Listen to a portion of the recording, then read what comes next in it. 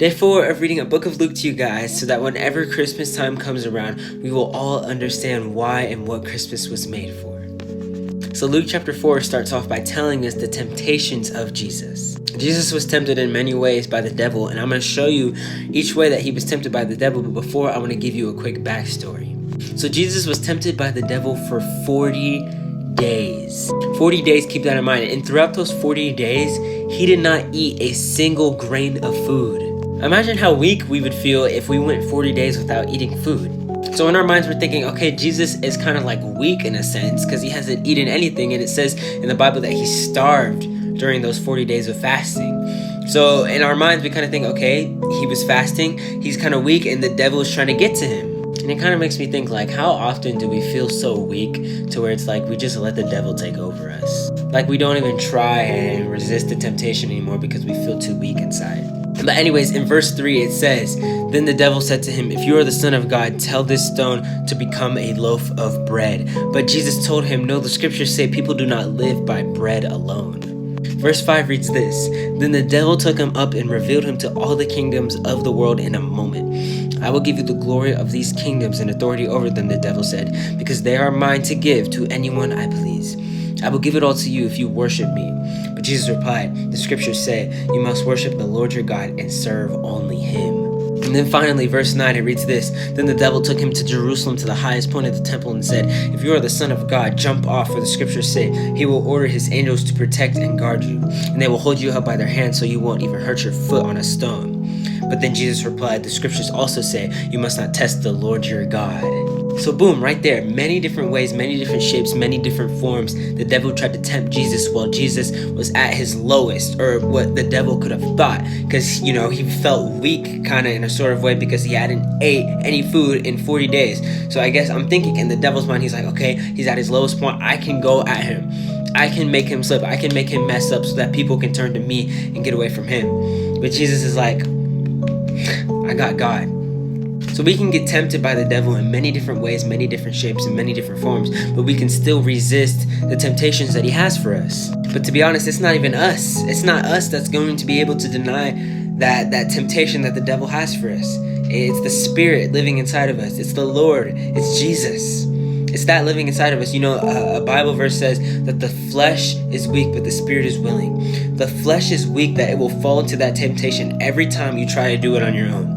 But the Spirit that lives within you is so willing, so powerful, that it can resist any temptation that the devil has to throw your way. And I also want to note on in verse 13, it says, "When the devil had finished tempting Jesus, he left him until the next opportunity came." And what this means is that the devil will seek for opportunities to where he can grab us by the foot. I've made a video on this before. I've talked about this before. The devil tries to find opportunities and chances to where he's like, okay, I can get this person. I can make them fall again and again and again and again. But God is saying, that's why you need to hold on to me so that he can't pull you away from me. That's why it's so important that we stay in our word and that we stay connected to him, because then it will be making us less available for the devil. So to end on this section, don't make yourself available for the devil. And then next we read about Jesus being rejected in Nazareth. And for those that don't know, Nazareth is his hometown. So one day Jesus was preaching and he read these scrolls. And before I get into the kind of rejecting part and how the people were kind of upset about it, I'm going to read you the scrolls that he read to the people. It says in verse 18 and 19, it reads this, "The Spirit of the Lord is upon me, for he has anointed me to bring good news to the poor. He has sent me to proclaim the captives that will be released, that the blind will see, and that the oppressed will be set free, and that the time of the Lord's favor has come." And then Jesus even tells them in verse 21 that those scriptures that he read have been fulfilled that very day. And I mean, through those verses, you can get like a glimpse of how powerful Jesus really is and many things that he can do and will continue to do throughout our entire lives. So then verse 24 reads this, "But I tell you the truth, no prophet is accepted in his hometown." Then he kind of speaks on about this and the people start to get angry. It actually says in verse 28, "When they heard this, the people in the synagogues were furious. Jumping up, they mobbed him and forced him to the edge of a hill on which the town was built. They intended to push him off the cliff, but he passed right through the crowd and went on his way." Now just imagine to this day and age, a big mob of people are trying to push you off a cliff. There might not be much that you can do in the moment. There really might not be much. If it is a big mob of people that are trying to push you off a cliff, there is only so much that you can do on your own. But Jesus is in this scenario, and it's like, you can imagine, like, Jesus cannot be touched. He cannot be touched by these people, that he just was able to just walk right through the crowd. That's how much power that he withholds in him, that the people were not even able, not willing to push him off the cliff because of how much power that he had withheld.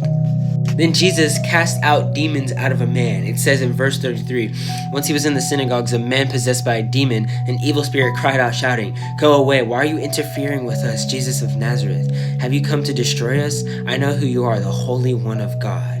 And don't forget, this is the demon inside of the man speaking to Jesus. So verse 35 goes on to say this, "But Jesus reprimanded him, 'Be quiet, come out of the man,' he ordered. At that time, the demon threw the man on the floor as the crowd watched. Then it came out of him without hurting him further." And before I go any further, I just want to mention, I was on my way to school this morning, and I remember I saw a video by Bryce Crawford. And basically in the video, he was on the streets and he was trying to give some food to this woman who had been possessed by a demon. And this woman was like doing such demonic things, like her hands, and she was doing handstands on her head. Her eyes, he said he couldn't even describe what her eyes looked like. And in the video, you hear the woman screaming at him, "Get away from me." Just like how the scripture said in verse 33 and 34, an evil spirit cried out shouting, "Go away, why are you interfering with us, Jesus of Nazareth?"